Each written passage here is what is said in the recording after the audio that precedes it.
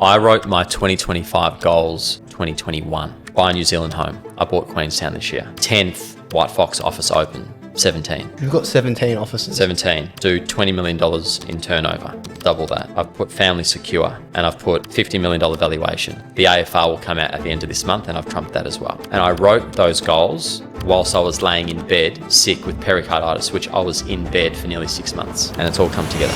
Marty Fox is the CEO of Whitefox Real Estate. With 17 offices across 3 countries, over $2.5 billion in sales annually. He's sharing how he set his biggest goals, why momentum makes you dangerous, and how your circle determines everything. So you can close the gap between where you are and where you want to be. It wasn't just about writing the goals for 2025. It was about then what do you have to do in 24, 23, 22 and 21 to get to that. And it's by breaking them down, that's how momentum builds. And when you've got momentum, you're very dangerous. When you've got momentum, it's very hard to stop. I only do things that I love. If I don't want to do something, there's no chance I'm doing it. I did that for long enough. I bit the bullet and it got to the point where I was done. There's also profile equals profit. You have a profile, you can commercialize that and make money. You come to Whitefox to build a profile, or stay where you are in your team and keep servicing the guy above you and keep making him money. That's a fucking pretty cool system to me. It's a Ponzi scheme. You can't fly with the eagles if you're hanging out with the crows. It's like when you go for a bike ride, you get into the slipstream. If you're with people that you respect that are doing big things, you do big things through osmosis. You have to be there. You have to be in the pack. Do you have Tony Robbins' phone number? I don't have his correct phone number. But you can get it. I can get it. Alrighty. What a podcast, mate. What a legend. That's mad. Thank you. Let's see what happens. Marty Fox, welcome back to the Both Sides podcast. Mate, we were just looking at our last recording date, and it was April last year. And by the looks of things, mate, a lot has happened since then, besides the tan. I'd love to... And the mo. And the mo. And the mo.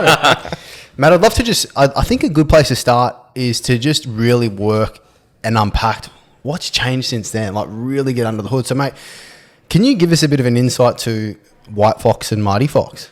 Well, I mean, the last podcast was I think pretty powerful. Like, we spoke about a lot of different things. But since then, you know, I had the goals written down and they've eventuated. We've expanded. We've gone into new regions. We've stayed very true to the brand. We've attracted great people.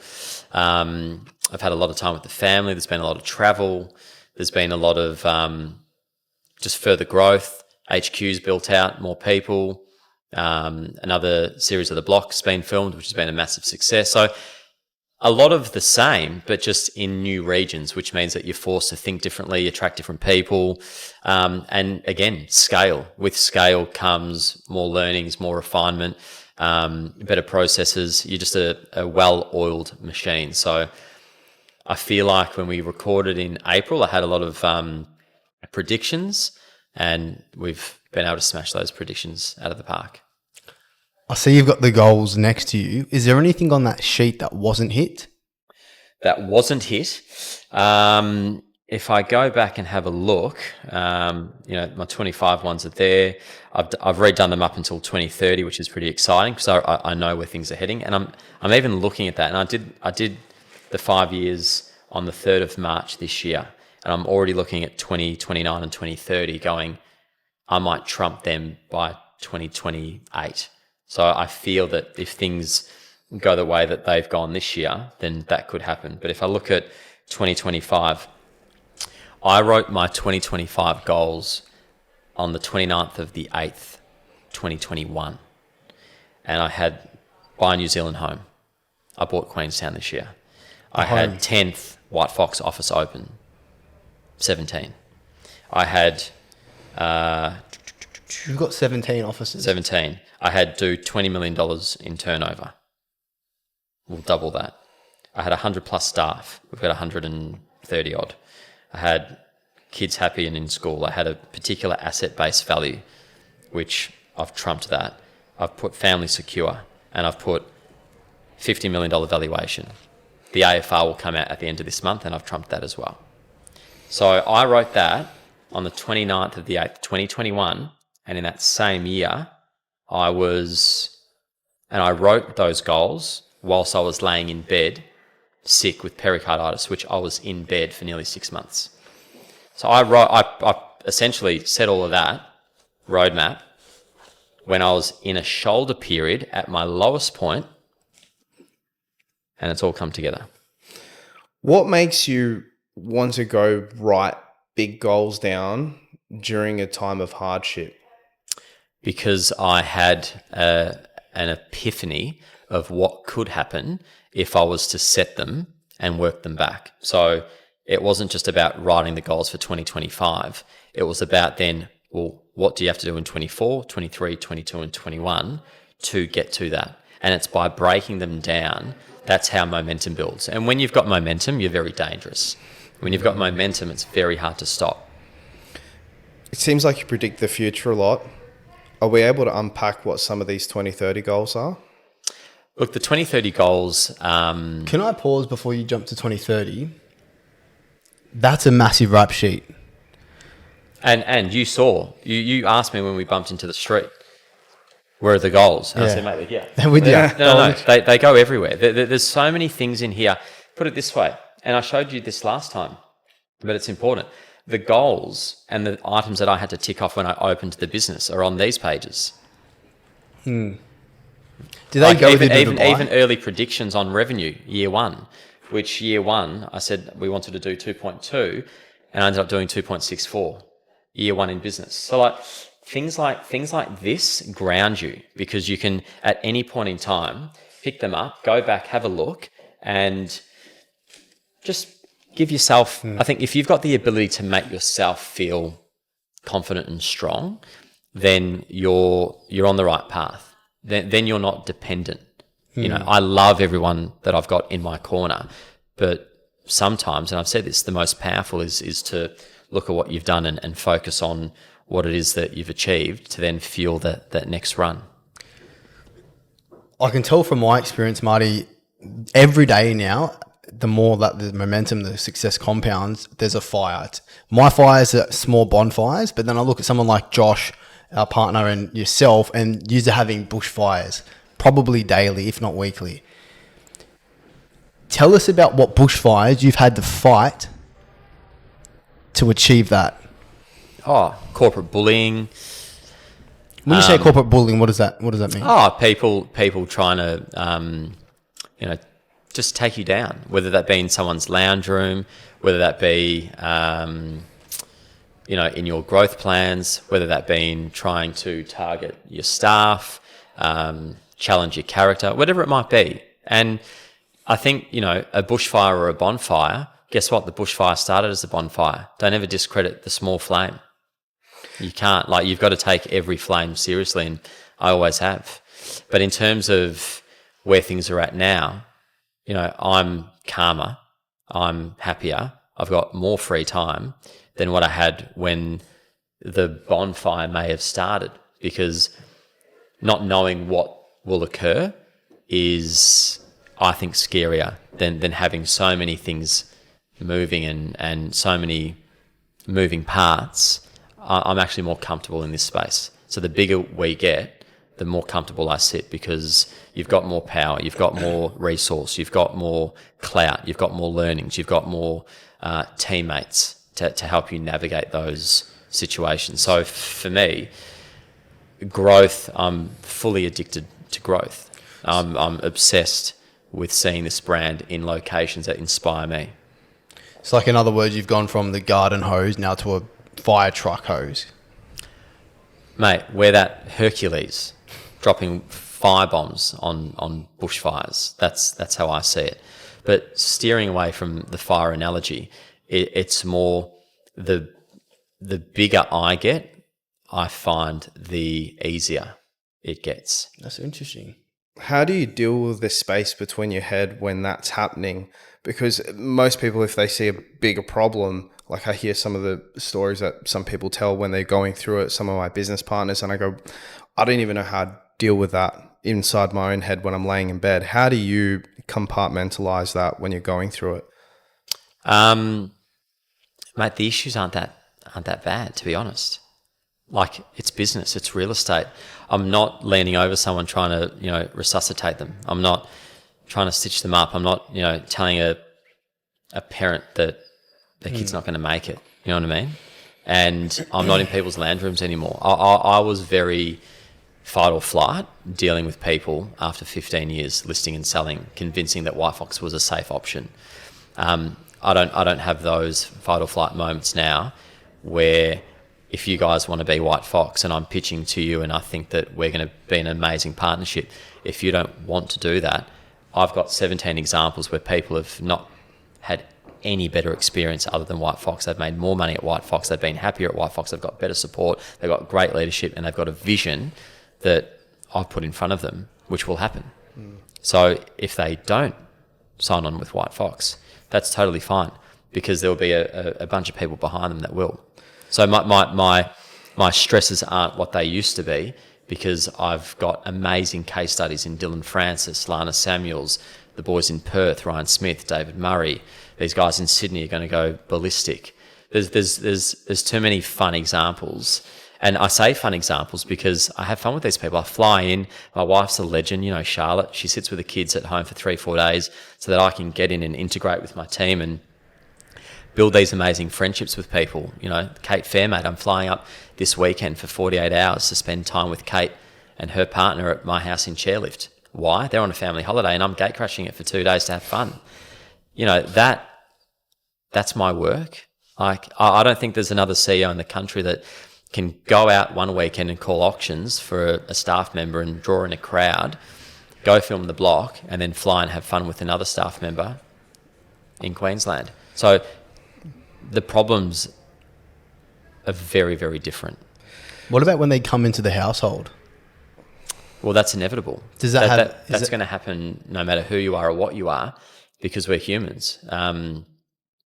I think with age, Charlotte and I have gotten better, because through COVID we did a lot of marriage counselling and learnt how each other is triggered and what not to say and how to say it. Half the time it's how you say it. And, that tonality with your partner's key. You've got the wrong tone and you've thrown the week out of whack. But as the kids get older, other things pop up. There was a little bit of a challenge yesterday with Fred, and you just navigate it. But, we're unique as well, where we've been together since we were 17 and 18. I'm turning 39 next year, so it's a long time. And it's hard to stay together, because I've spoken about how you change. I spoke about it recently. Would you do me a favour? I think I've got a little green book in this bag. I found this cleaning out my cupboard the other day. I spoke about this great lady that I met, Suki, and how, thank you. Is that the lady you mentioned on Sam Gordon's podcast? Yeah, and Sam Gordon met with her. This was a little journal that I kept. The 7-year cycle. The 7-year cycle, but I couldn't actually quantify what each 7 years meant. And I ended up finding it the other day, and it was quite amazing. So 0 to 7, and each one of these 7-year cycles then has a different organ that is associated with what you're going through. So I'm not going to go through the whole thing in its entirety, but I'll touch on little brief things like 0 to 7 is about physical resilience, structure, growth. This is all about safety. That's related to your kidney. 7 to 14, emotional resilience, making friends outside of the family. How do I fit into this world? How do I go with the flow? And that's your spleen. 14 to 21, mental resilience, my relationship with me. What's my identity? As you're growing up, that's your liver. Holds resentment, anger, frustration. 21 to 28, all about, the balance. You're keen to share, love. That's why there's so many people between 21 and 28 that find that partner. That's heart. 28, 35, communication, throat, thyroid. 35, 42, peace, stillness, left brain stuff. How do I find my peace in the midst of all the chaos? Is there an element of pulling back, slowing down, simplifying? 42 to 49, review, recalibrate, reset. 49, 56, unfinished business. That's why you see so many people 49 to 56 either get divorced, new partner, second, third marriages. They reassess, and sometimes, they have these moments of buying fast cars with no roofs. But that I learnt that in that process of figuring things out through COVID, and that little nugget there helped me personally.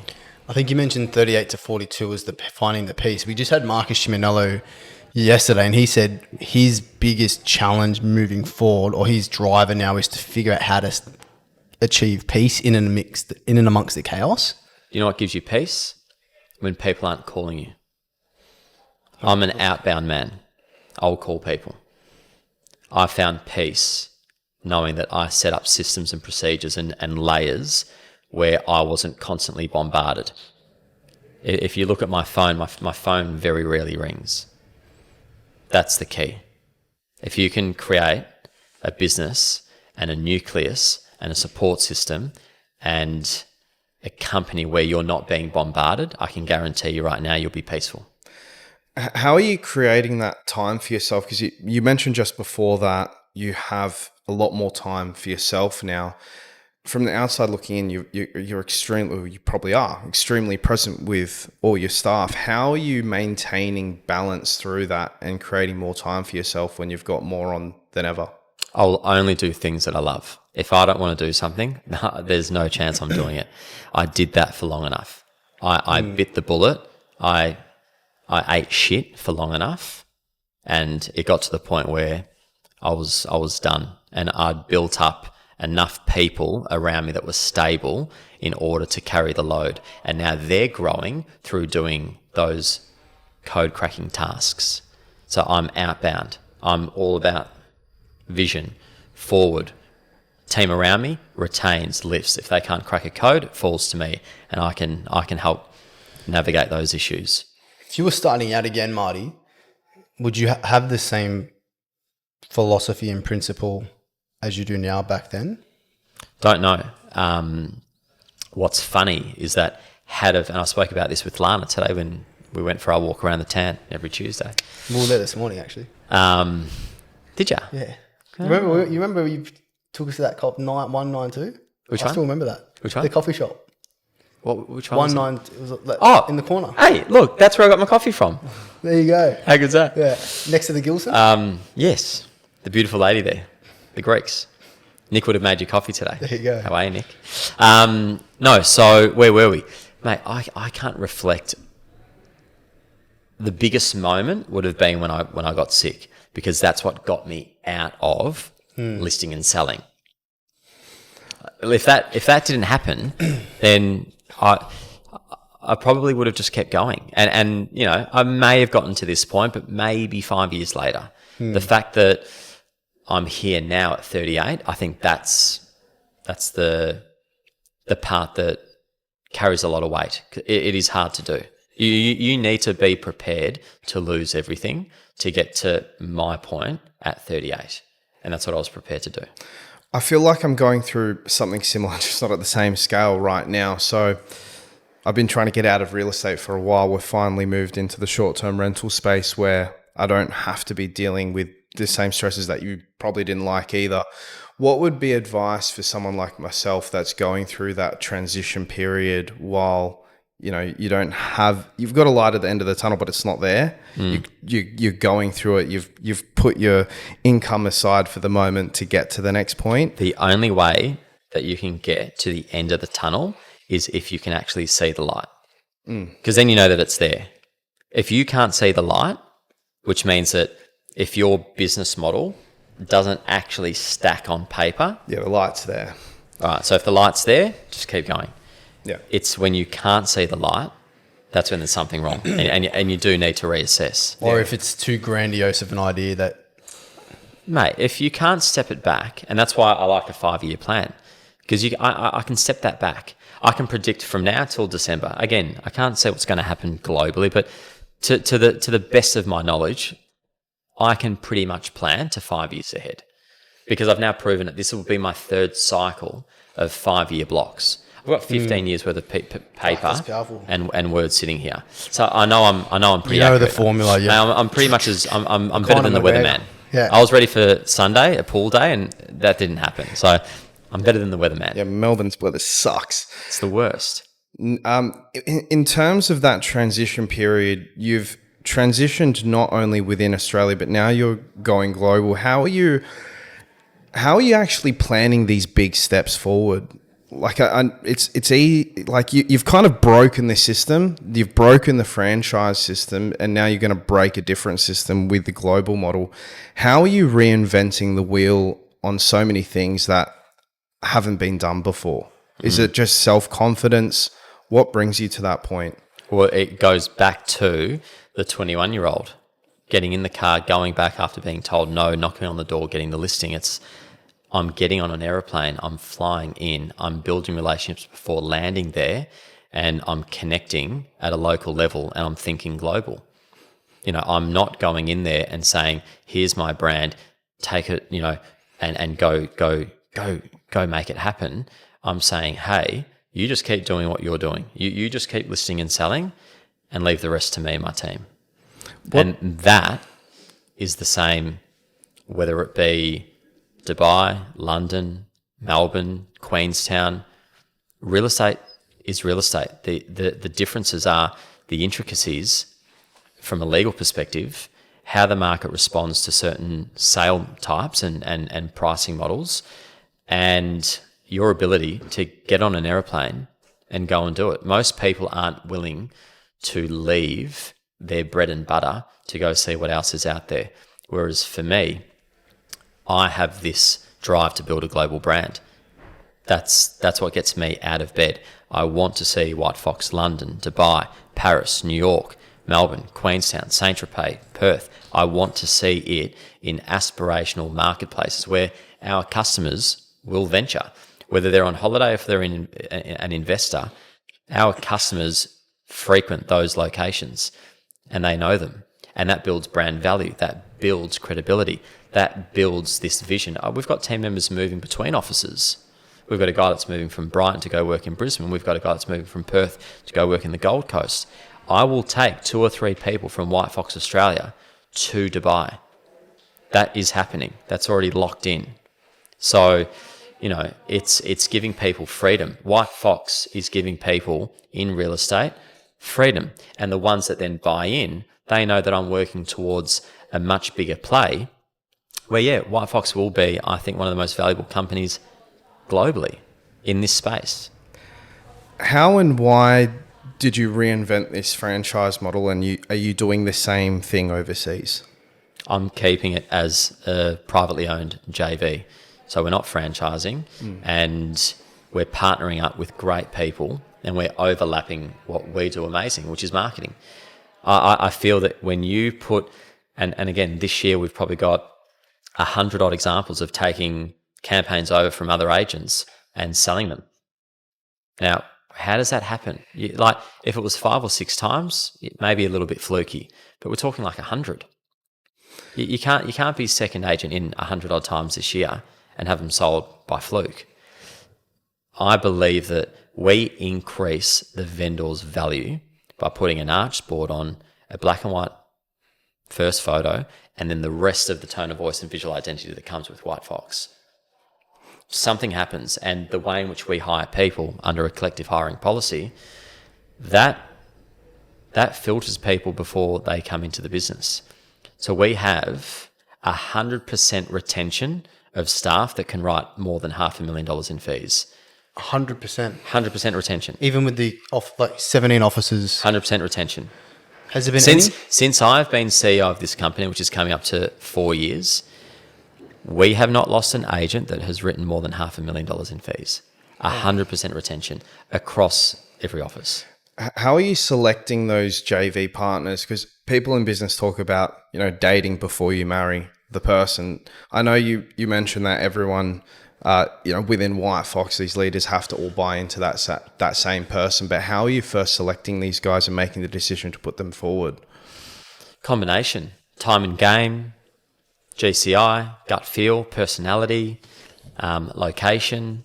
So there's 4 or 5 factors that come into it, and then it's about flying in and just seeing it for yourself, seeing how these people are. So there's always a trip there, then there's a trip back here, meet the team, integrate, see how things sort of flow. Whether they are willing to have a minority stake in an office as opposed to owning 100% of something that might not go somewhere. I know where Whitefox is going. So you can have a minority stake, and I can promise you that minority stake will be worth 20 times more than what it is that you're doing. Is it all coming down to the marketing piece? Like a lot of it when brand. It comes... Yeah. Brand. We've got people that have generated, had 3 guys on this couch last month on a podcast. 3 of our JV partners that are overseeing close to $25 million in GCI. All 3 people were agents a year and a half ago at their other brands. I mean, that's pretty crazy. So they're not only growing in what they're earning, they're growing in responsibility. So if you have more responsibility, you then build other traits that keep you accountable, which make you a better person. You know, why do so many people, you know, level up when they become a parent? Because they're forced to. These agents end up becoming business owners without having to have the full risk of doing that, because I've got their back. Literally, Powerful. I'm with them. One thing from my journey that I've experienced, Marty, the more I've set more ambitious goals, whether it be nationally or internationally with, say, traveling in Australia, doing podcasts, it gives you greater perspective. And going into these different locations, you pick up golden nuggets of inspiration and wisdom that you take and put back into your toolbox. And it's interesting you hear about your ambitions to build a life by design where you want to be office in this place, because it's something that inspires you. But I'm curious, with your travels and where you're heading, what are some of the gold wisdom you're learning? Like, tell me about Dubai. Like, what is the shit you learn in Dubai that you don't learn in Australia? Oh, it's incredible. And I'll quickly just get back to, before I answer stuff about Dubai. When you partner up with someone, and before I said I'm always focusing moving forward, you can move forward as long as the goals that you've set with your partners are being hit. So first and foremost, you can't grow unless your team's happy. And if they're not happy, then full focus goes on that person. So you have to make sure that if there's anything that's not going to plan, you got to move heaven and earth to get it on plan. That's first and foremost. You cannot scale if you don't have happy partners. So, for example, let's say one of the offices was not at the level you need it to be. That's where your attention goes before opening Dubai, Sydney, or... It's not that Dubai, Sydney doesn't happen. It just means that resource has to go into that venture, and it needs airtime. It needs to be discussed, because also some things are out of your control. Sometimes you just can't move the needle, and it is what it is. And only time will bring success. Reps. You put the reps in and things will pan out. But what I do know is that through expansion, we feel stronger at Whitefox.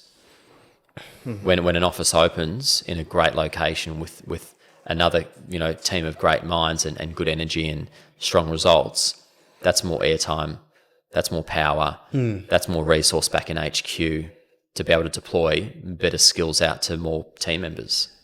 So, you know, they're happening simultaneously. You're growing the existing base, but then you're searching for where's the next, where's that moment, where's that opportunity. And a lot of the time it'll come down to timing. This second office that might be happening in Sydney, that's just a beautiful series of events. 5 different things had to happen for that opportunity to occur. And I can't say what those 5 things are because it'll be far too obvious.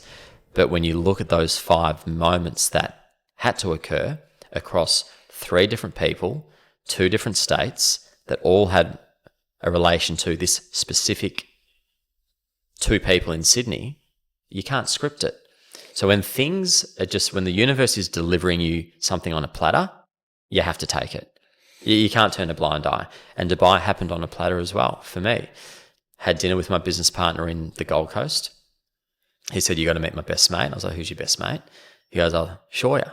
I said, who the fuck's Shoya? He goes, you got to meet him. Comes to dinner, talks about Dubai. He's been living there since like 2004, 2005. I'm like, mate, you were there when it was like proper kitty litter. And he's like, mate, I know. And I said to him at dinner, all right, I'll try and get my ass there at some point soon. Was Dubai on the goals list prior to him having dinner with this guy? No. Oh, really? No. Got slotted in. So you got to be a little bit nimble. Yeah. However, the goal was to build a global business. Now, there's probably no better place to have your global HQ based than the middle of the globe. So anyway, I stuck to my word. I jumped on an aeroplane and went and met him, and teed up meetings with agents and different, business leaders and different media personalities. And now all of a sudden there's multiple things bubbling. I've got my full citizenship. I've got my golden visa. And, I can see that part of the world being the core of Whitefox to deploy and globalize the brand. How is Taylor going to scale through? Because you mentioned marketing has to keep consistent, which you can see very clearly throughout Australia and New Zealand. Even when I was speaking to Diana Speak, one of my good mates who works out of the Gold Coast office, she mentioned that, Taylor was overseeing the videos. I'm thinking, how is he overseeing all these videos across Australia and New Zealand? How is that going to happen globally? My brother has my DNA. Okay. How I do it is how he does it. His motor, his ability to have a very wide peripheral vision is unlike anything that I've seen.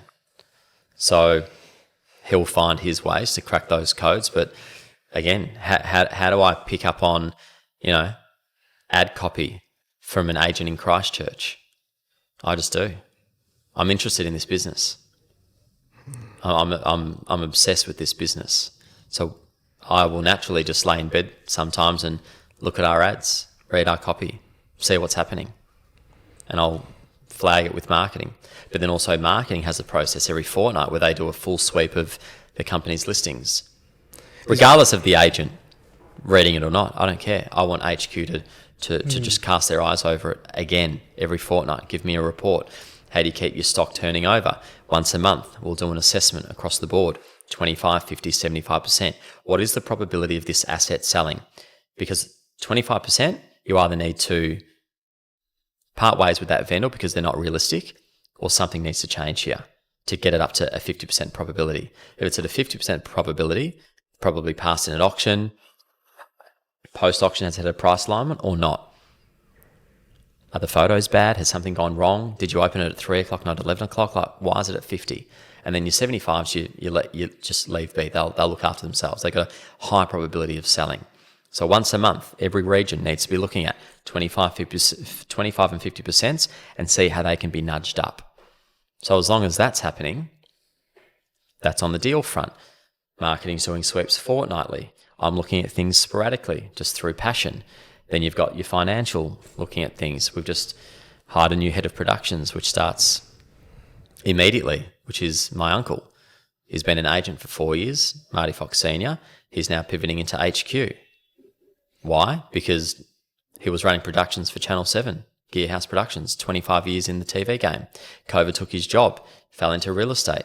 Now that we've got the volume, 2,500 odd sales a year, guess what? Senior, let's go back to doing what you did for a quarter of a decade. Now, he was crying just before. He didn't see that coming. Mike DiCasio. You just put that in him there. That's what that meeting was that you guys were waiting on. Dang. Then you got Mike DiCasio, who's been my longest standing, sales director with Lana Samuels, who started the business a month after Lana, and he's just been promoted to chief of staff. He now looks after all of my JV partners. He's now off the tools. He's got a share in Stonington, and he's now in HQ with me. So in HQ, I've got my brother, my best friend, brother CMO, best friend CFO, Mike DiCasio, longest standing sales director, now chief of staff, and now my uncle, who I'm named after, now head of production. So you've got trust in all those areas. That's how you can then build a global brand. Like that table you talked about in the first podcast. Well, there's those 4 legs. So everything seems quite grandiose until you break it down and you realize, even if you look at Dubai, they're listing and selling real estate. Now, what are the intricacies there? Exclusivities are starting to come in. It's a bit of an open market. You can give 3 agents exclusivity now. That'll dwindle down to 2, and then it'll dwindle down to 1. But if you're an agent, you're getting paid by both buyer and seller on the one transaction. Your comms are anywhere from 4 to 6%. Your average sale price is probably circa 3 million AUD. So there's certain things that make you say, okay, yeah, I could go and do that. Then on the other hand, I've got guys in what's happening. Then on the other hand, you've got people reaching out to me in South Africa. I'm getting people reaching out from all corners of the world. that follow Whitefox. I've got a guy in Brazil, a guy in Spain, a guy in the UK. When's the UK launching? Well, the UK is, it's funny because I thought we were going to be in the UK before I Dubai. did too. So I've got the trademarks done. I've got, Because that was the first country you said to me when we did our first Botanical Gardens walk last year. You're like, 100 mil, I'll see you in UK. yeah. Oh, you'll see us open in the UK, that's for sure. But I'll be in Dubai first. America, So the UK is ready to roll. We've got it all set up. The business is will it start in London? yes. Yeah. America? America's a different beast. America is such a big marketplace. Yeah. And it's funny, I'm not pulling the trigger on locations just because they seem fun. I spent a solid couple of weeks in New York and looked at the marketplace. And that's a market I can't penetrate now. Really? Can't do it. What makes you say that? I just know that it's too big of a task. Yep. And it would hinder what we have in Australia and New Zealand. And the New York or the American market, for us, it's just not the right time. Why can you do Dubai but not New York? The Dubai market, I believe, is the hottest market on the planet right now. Geopolitically, it's probably the most stable. The currency is strong. It's a country that's built on property, if you think about it. And even just like as an analogy, like why was Melbourne such a rich,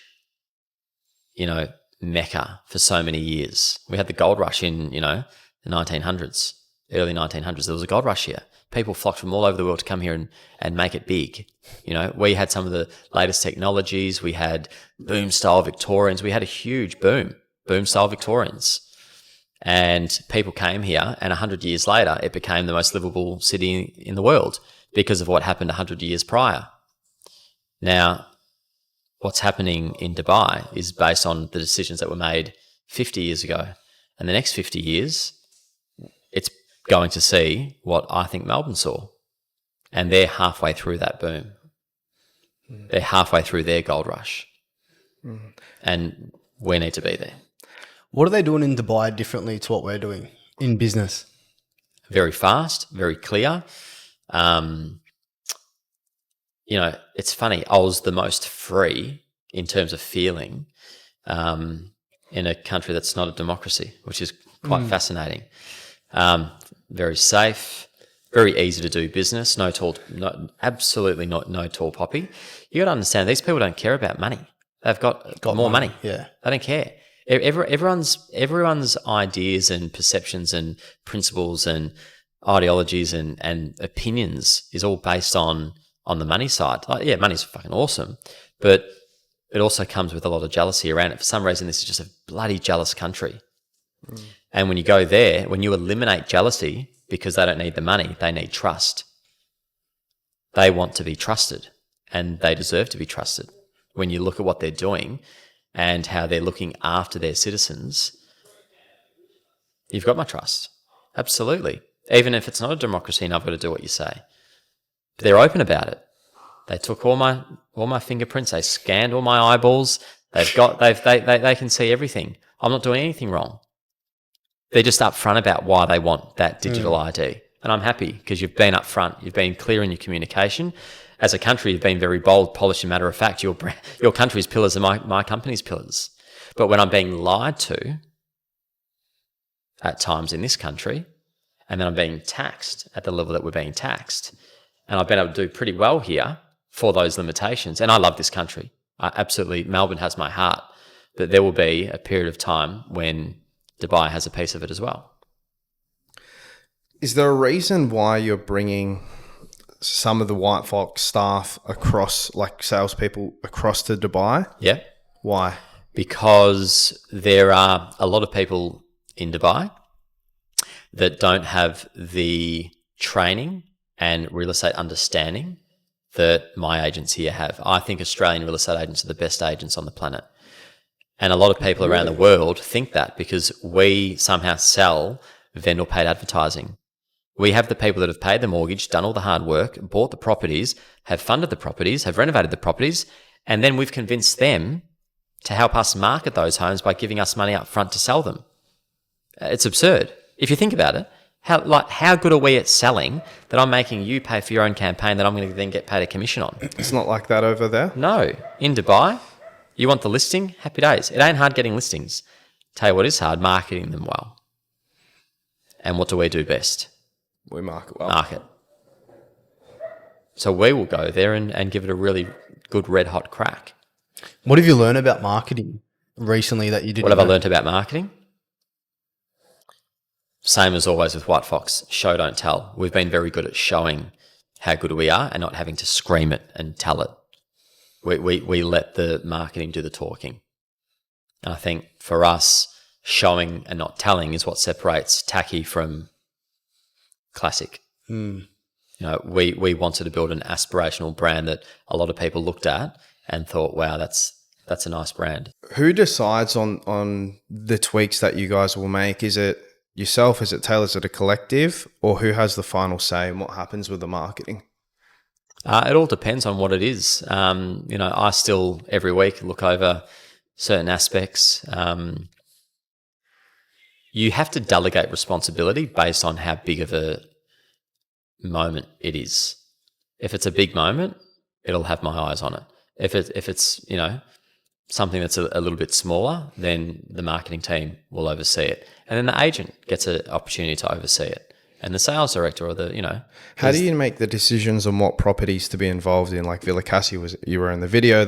Were a lot of Gold Coast and Brisbane properties I've seen you in. How do you make the decision which ones you want to be involved in? I love getting behind a new region, or sometimes pulling back into an OG region like Albert Park last week.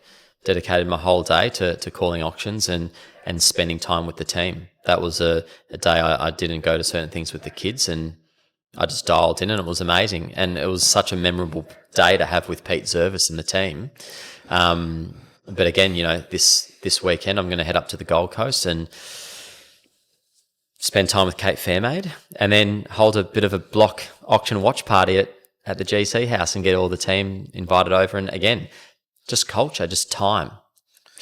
Not doing a training, not doing something specific to real estate, just spending some time with them. I know you mentioned before that, you know, it's easier to deal with these issues now that you've grown, but what happens when you're traveling 6, 7 months of the year? You're not in Melbourne. The kids might travel with you here and there, but missing your kids must be a big thing. How are you mentally dealing with that? Well, they come a lot. So Do they miss school a lot? Pardon? Do they miss school a lot? Never. These kids have not missed school. Ever. Charlotte's like religious on that.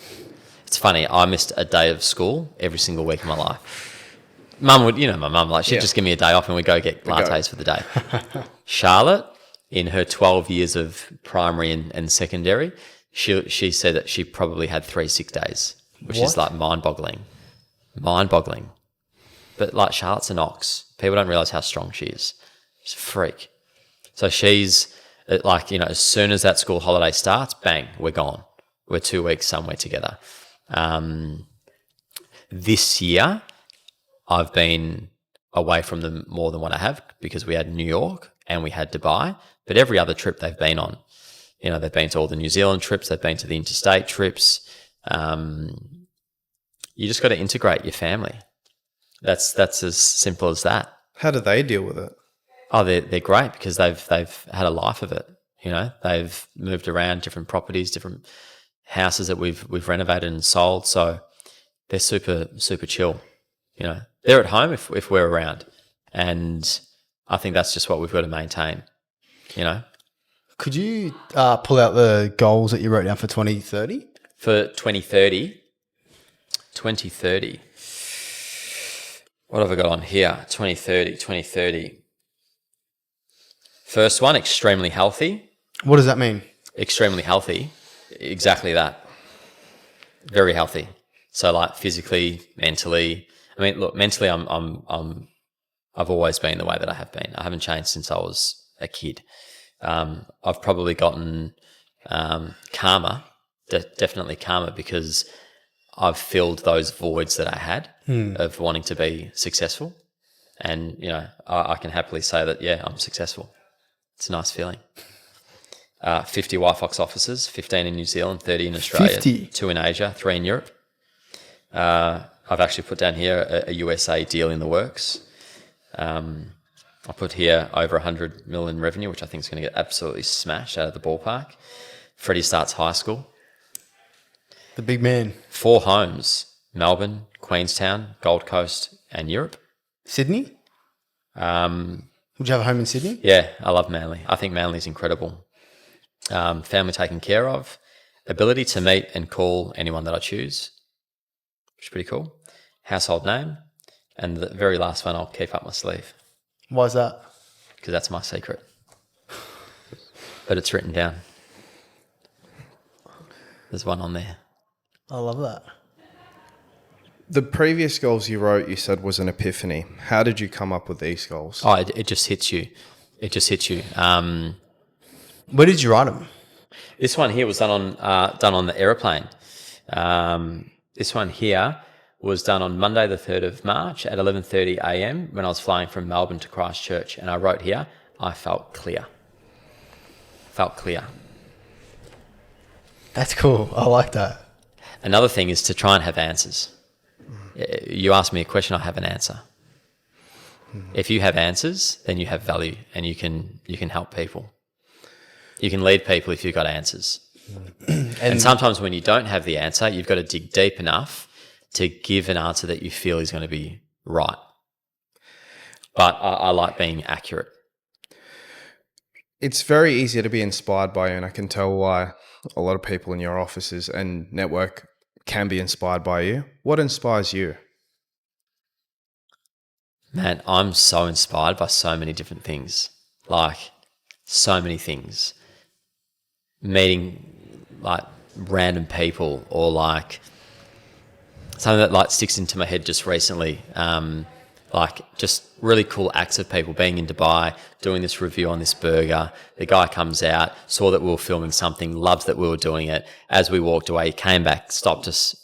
We were walking down the mall, and he goes, "Here, have this." And it was like a dessert version. He's like, "Come on, try this one too." Like, I'm inspired by just good moments, like things that just happen off cuff. And you get that when you travel. You get that when you're spending time in different regions. You get that when you're inviting, family into your home and you're cranking a fire and you're having a couple Pinots and things just happen. Like, mate, I'm just, every day something happens. Like, I'm a happy dude.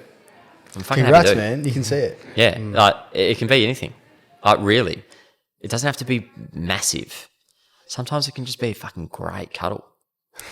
Things just happen and you just you're grateful for it. Like, I'm very happy with where things are, and I'm also conscious that things can turn on a dime, and things can go south, and if you've got enough good, then you should be able to get through. What needs to change for you to hit those goals? Nothing. I'm going to exceed them. For the person listening that sets goals like yours, not your exact goals. I'll stop you. Yeah. See how I had zero hesitation. Yeah. There's not even a flinch of what do you mean if I fall short? I've got 15 years here that I've proven that I'm not falling short. So I think where a lot of people go wrong, it's almost like when you see someone has a slight flinch, hesitation, they get hit. Because I was going to say, the question was, what needs to change in you for you to get there, where you were just nothing. I'm going to get there. So for the person that sets goals, they're confident they'll hit them. Where do you see, because you've experienced a lot as a leader with different people that come in and out of more people that stay in the business, where do people go wrong with their goals? I'll tell you exactly where they go wrong. They don't share them. They don't share them? They don't share them. I just read that on a podcast. You cannot be a victim by sharing your dreams. What, you're going to be ridiculed for having a dream or a goal? That's outrageous. That's crazy. Share them. Because the right people want to jump on it and try and make it happen. That's the difference. I love that. No one wants to share their dreams. I want to interview Tony Robbins, and I'm going to do it. I think you will. I know for a fact. Love that.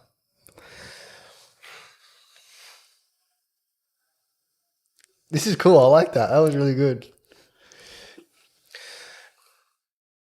What do you tell your staff when they're not hitting KPIs and they're not hitting their numbers? What do you say?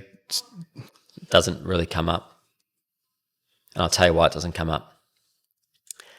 They feel pretty shit when they're not hitting their KPIs. They feel it. And they know that I see it. Every Friday, I know exactly where everyone sits. Every Friday, CFO drops into the WhatsApp where all the officers are sitting.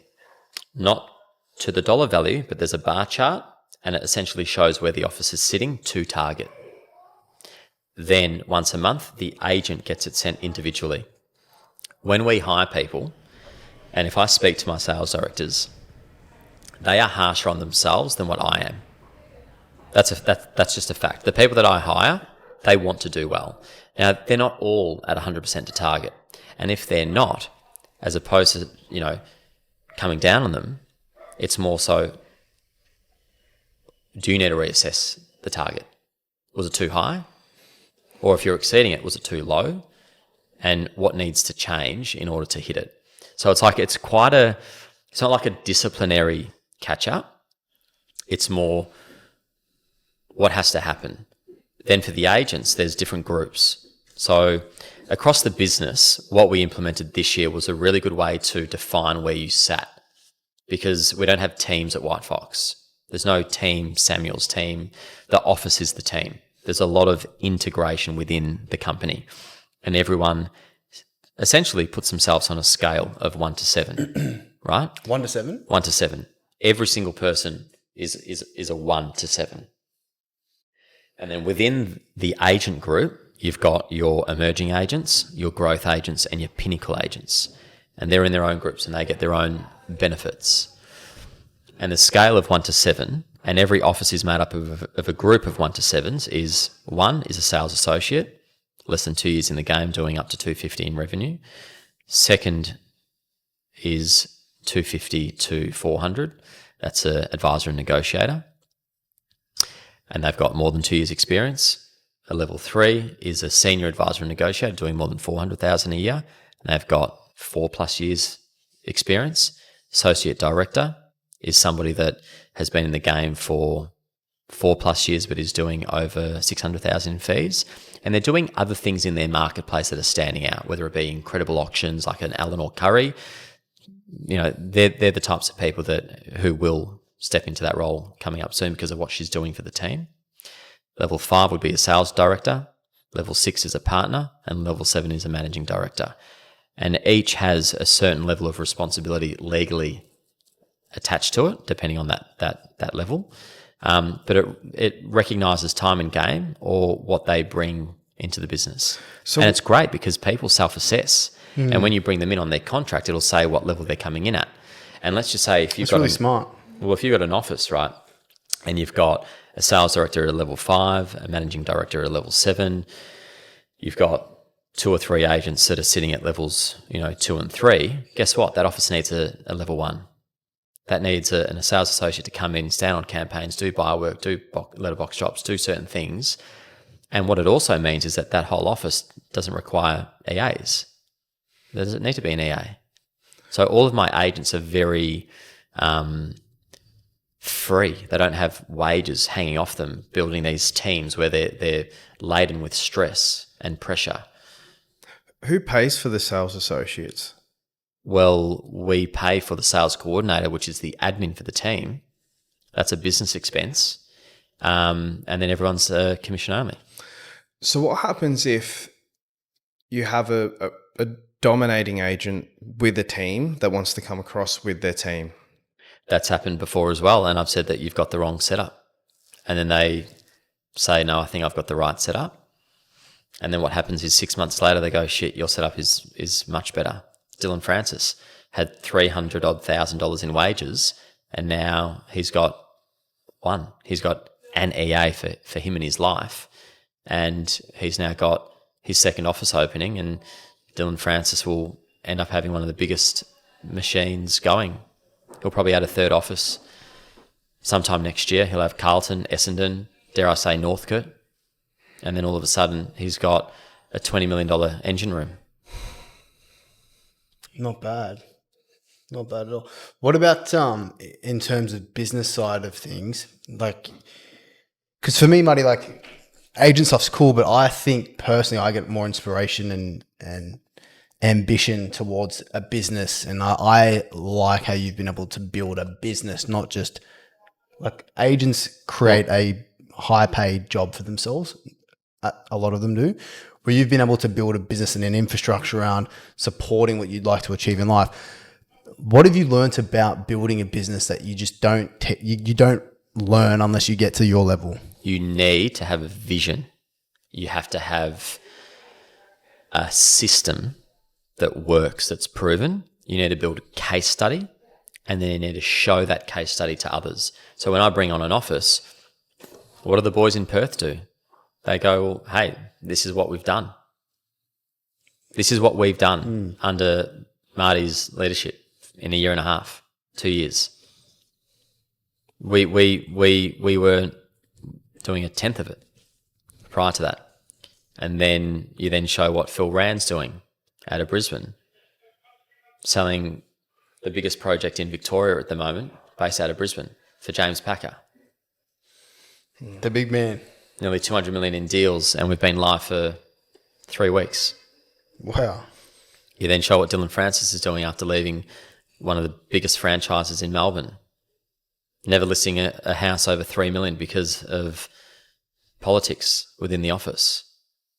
And he's got 3 or 4 suburb records over 7 mil, leading a beautiful team of people that adore him. He's on a plane to Brisbane now, having a few days off just to kick him back.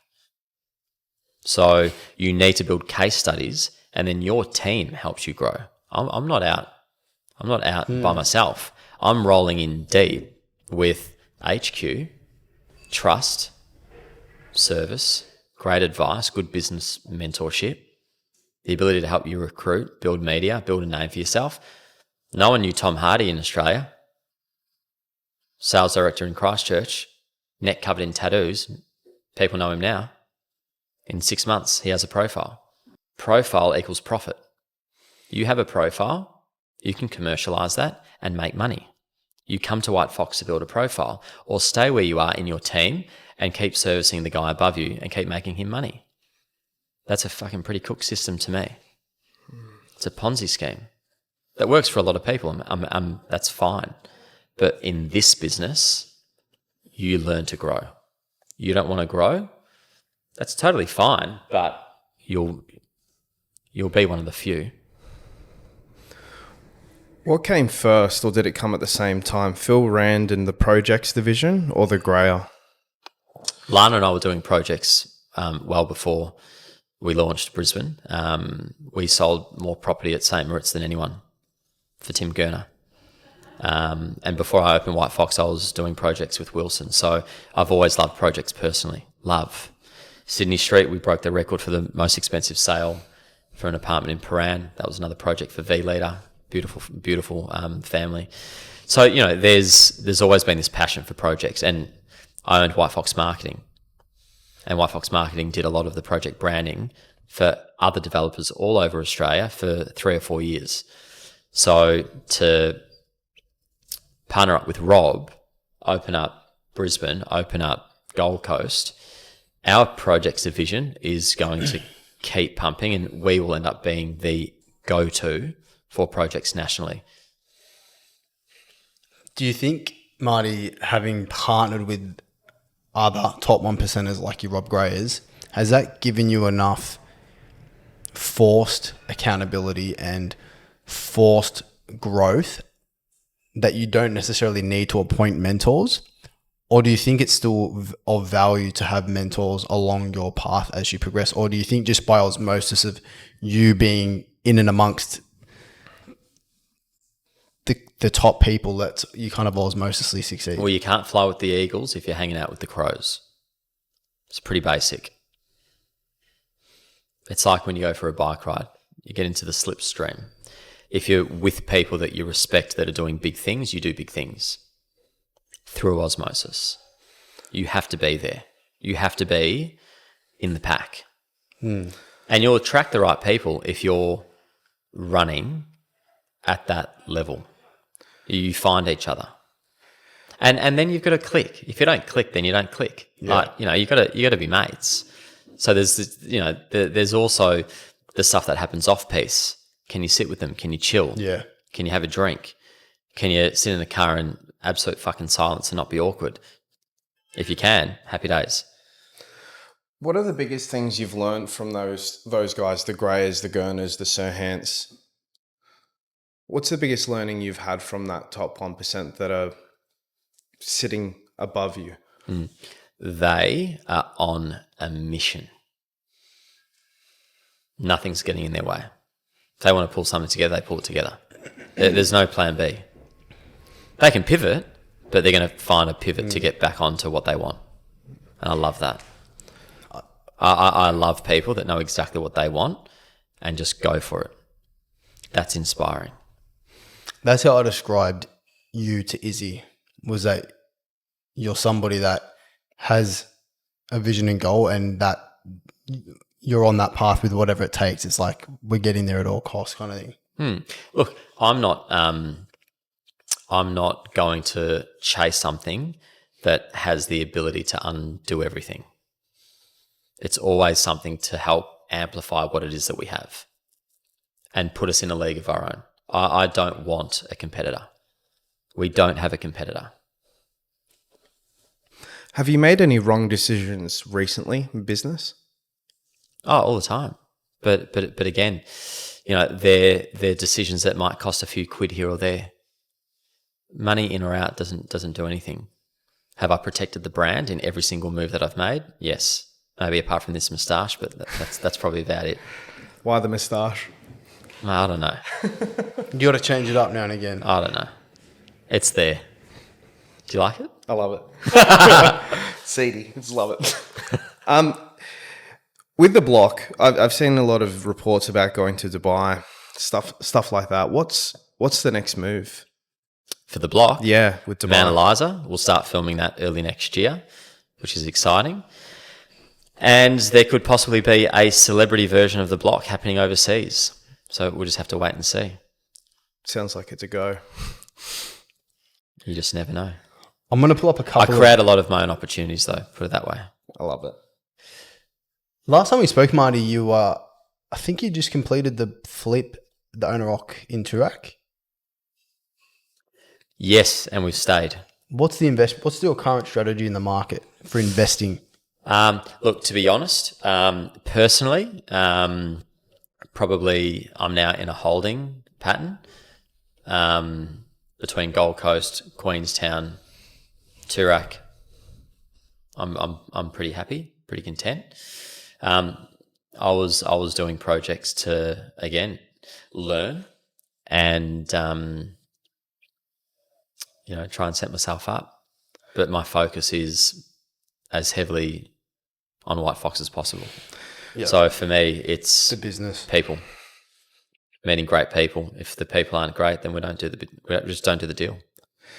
Why did you decide to try sell Toorak, and why did you decide to keep it? Was it all dollar value or? So I found a house in Hawthorne, which was epic. I was able to buy it subject to sale. When we bought that, Toorak wasn't renovated yet. Through the block and connections, we got a lot of stuff for free, probably upwards of $300,000-$400,000 worth of stuff for free. When the renovation was finished, we loved it. But contractually, we had to run a campaign to try and sell it. So we just rolled with the punches. And the people that we bought off also had the opportunity to sell their place, but we were then given the right to not match it, but go unconditional. And that happened whilst we were mid-campaign on Toorak. And I would never go unconditional on a purchase with my profile, selling my house, surrounded by other agencies, and put my family in that position. Very foolish move. And we loved how it all panned out. So we got our full deposit refunded and stayed in our fully renovated house, and happy days. You need to have options. And I always try and have 2 or 3 options in every decision that I make, because each option's great. Had it sold and we had got Hawthorne, great. But guess what? I would have been massive renovation right now. Do you think that would have added a lot of stress with the growth that we've experienced? Now, I didn't think that we would have the year that we've had. I would have thought, a couple office openings, happy days. I didn't expect to do the podcast with Ryan Serhant. I didn't expect to be opening in How'd Dubai. you pull that off? I just made it happen. Decided I wanted it to happen, and I messaged him. I messaged 50 Cent. I messaged Jay-Z. I messaged Gary Vee. Mate, I had options. Hit him. That's awesome. So, when people say, Toorak was a failed campaign, no, Toorak was an absolute dream ending because we got to stay at home. You got the you got the publicity, you got the exposure of it with retaining the stock. Yeah, and I also got the product. I got free product. Got a beautiful pickle court, heaps of skylights, amazing decking, great pergola. There's things that come with having profile. I said to you before, if you build profile, you get profit. Rapid fire. To build profile, though, you need to be open and willing to be a target, because as you're building it, you are a target. And in this country, you'll be taken down in any way, shape or form. You'll always have people, mate. There's still people from 2019 to 2022, as I was on that rise, documenting all my stories, posting 150 times a day, trying to just show people what I was doing day to day to build profile. And throughout that whole process, you've got people trolling you the whole time. There's people trolling now still. Mate, whether you're a judge on the block or an up-and-coming agent or a business owner trying to take his business global, no matter what you do, you're prone to being pulled down. You just can't pull yourself down. You've got to speak to yourself kindly. You've got to have self-belief. You've got to get yourself into the gym. You've got to do certain things that put you in a good frame of mind. Water fast? Say that again? Water fast? I'm in the middle of the water fast right now. Another one. 5 days? 3 days. Why? Every 2 weeks. Every 2 weeks for 3 days. That's what I'm going to try and do. Why?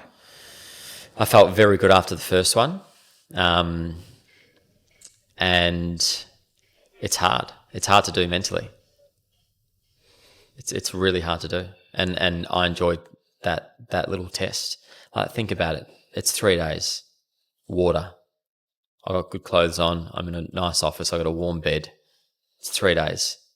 I said to you before, it's like kind of by day 3, it's semi-spiritual. I tried it 2 weeks ago after seeing yours, and I was like, fuck. I got 26 hours in. I tapped out, had an omelette. How do It's you hard. feel? It's the fucking worst. Yeah, but what you need to do with that 25 hours before you reach for the eggs, you've got to then mentally take yourself back to that tunnel and the light. The good thing with the fast is you know that the light is at 75 hours or 72 hours, right? I couldn't think. Yeah, I know, but that's where you need to grow. And if you can't think because of your tummy, then you need to reassess, go back to it and do it again. And make sure that your partner keeps you accountable. Because I had moments where I nearly broke and Charlotte said, stop being a little bitch. Yeah. She says that sentence to me a lot, doesn't she? So you need people around you that keep you on the course as well. Like, you're nearly there. It's encouragement. How do you not want to have encouragement? Particularly when it gets tough. When it gets tough, you need that encouragement in business, in life, in love. You need a bit of help. Speaking about help, my last question for you, Marty. Freddie's about to start high school. Well, Freddie's at 8, but in 2030 he starts high school. And time goes quick. So when he's about to step into high school, I heard you say on the Sam Gordon podcast he didn't grow up with the same setup as you. You know, you were dropped off to school on the bike, not the Range Rover. What are you teaching Freddie about success in life differently to what you had to learn? I don't think I'm teaching him anything differently. I don't know if I'm the parent that my mum and dad are. I think they're better parents than me. I don't know why I think that, but I really put them on a pedestal. And maybe that's just what kids do. But I'd like to think I am. I know that I'm a lot busier than what my mum and dad were. obviously I've shown Freddie and given him experiences that are like burnt into his memory. I put him to bed as often as I can. Laid with him last night, put him to bed. I don't say I'm not going to give you a cuddle.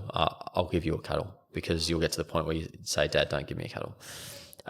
So I know that I'll always have that.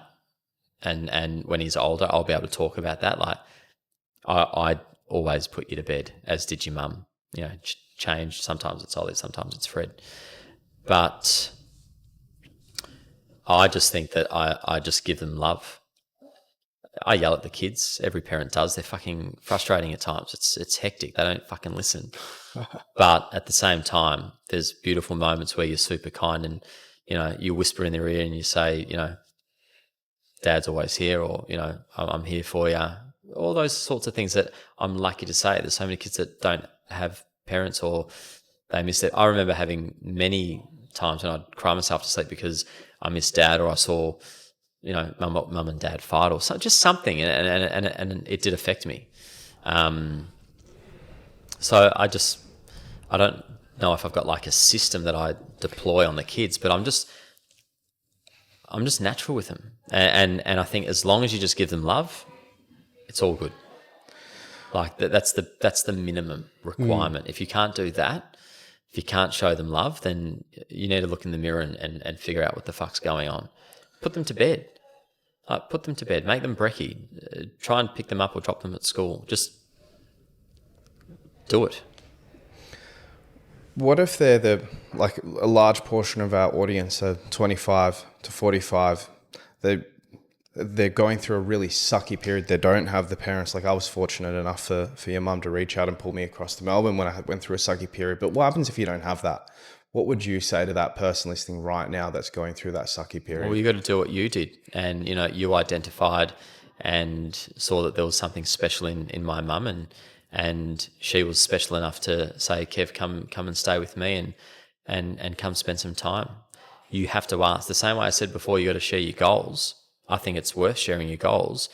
There's no reason why you can't share your heartache or share your pain, because there will be someone that will say, come in, come stay, or come get a feed, or let's go for a walk around the town, or something. There will be someone, and there always is someone if you ask. It's impossible for there not to be. There can't be. What people won't do is they won't support you if you lie to them. Don't be a fucking liar. That's the one thing that will always trip you up in life. If you say something, or you make something up, or if you say something and don't follow through, and you do that too many times, you won't become disliked. You'll just lose respect. And respect's something that you don't want to lose. You want to hold on to that. Because respect's something that you can't buy. You have to earn it. What's one question that you've thought about the answer to at night but you've never been asked? Don't know. I don't dwell on that type of shit. I'll answer a question, but there's nothing in here. I'm not that guy that remembers statistics or who won the flag 2 years ago. My brain doesn't work like that. So if you ask me a question that's of that type of ilk, I can't give you an answer. It's just not how it's wired, unfortunately. I don't remember particular movies and stuff. It's odd. The things that I retain are different. You ask Taylor about 1995 NBA finals, he'll tell you all the games. I can't do that. Or a question I don't know the answer to. I just. Yeah. What's one question you'd like to ask someone more successful than you that would bring you a lot of value right now? There's no one. No one. I learn more from the team and speaking to people. I feel for me, I'd probably get a lot of value right now out of speaking to someone that has a global business that they're a majority shareholder in, and how they navigated certain things such as taxes. But again, I navigated that 2 weeks ago with Deloitte. Nothing sort of dwelling, because if I really want the answer, I'm just going to go find it. So I'm just going to pick up the phone and reach out. So for me, what would speed things up for me is probably the question. And really, it's funny. It's like I'm excited for 2030. Like I can't wait for that to happen. That's going to be amazing. But the journey is so fun. Like I'm still hustling. You know, like I'm scratching the surface. What's one question you think we could ask you that would bring a lot of value to someone between 25 and 45? A question that you could ask me. I'm too specific. You could just ask me. Or ask your listeners. Maybe what you should do is once a month get 10 questions pulled together by your both sides people, your listeners, and once a month I'm happy to answer them because I'd be more than happy to do that for you guys and for your listeners. Once a month, you just give me 10 questions and they will get answered. Done. Everyone heard that. DM us. Appreciate your time, Marty. That's 12 times a year we film something. Done. That was really good. What piece of advice do you have for Kevin and I? For you guys, I don't know what that light at the end of the tunnel is. You know, I don't know what it is. I feel yours are more business and yours are more personal. Mine right now is the largest short-term rental company in Australia. Short-term rentals. Where do you have properties at the moment? Brisbane, Sydney, but we've got our Canberra license, which Josh is going to head up. Okay. And why short-term rentals? It's profitable. We've built a system over the past couple of years, subleasing, and that model that we've built is outstripping hotel pools by on average 30%. So I know the system works.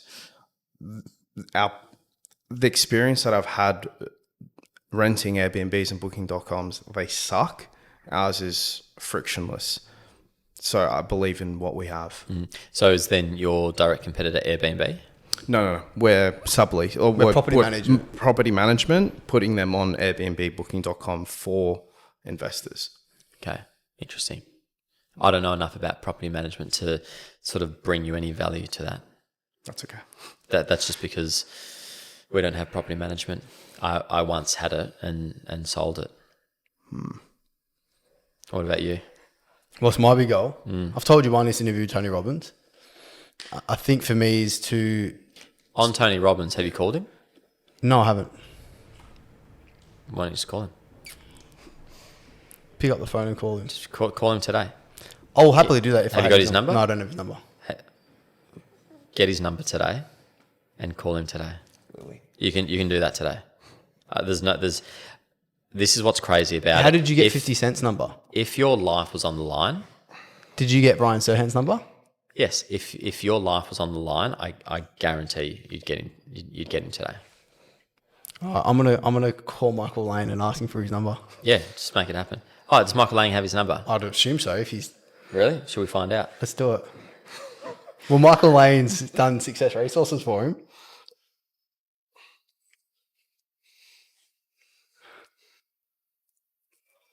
FaceTime. You love a FaceTime, don't you? Or if the phone call doesn't work, you FaceTime. How to ask him. Can't just say, can I have his number? What am I going to say? I know what to say. G'day, mate. Hey, how are you? Where in the world are you at the moment? You back in Oz? No, I'm in Thailand at the moment. Oh, how good is that? Mate, I've just woken up, so apologies for the look. Hey, good timing. I'm on a podcast. Hey, Mike. And we're running through people who we thought might have someone's number. And we all agreed that you're probably the guy that has this person's number. And we want to see if it's the case. Okay. So, do you have Tony Robbins' phone number? I don't have his direct phone number. But you can get it. I can get it. Alrighty. We've got about, 6 hours? Let's see if you can get it. Okay. Is that enough time? Something. I hope it's for something truly amazing. Very amazing. And it's on camera too. With the both sides boys. Okay, let me see what I can do for you. Alrighty. Let's see what happens. Legend. See you, mate. Thank you. Enjoy Thailand. Speak to you soon. That is gold. Cheers.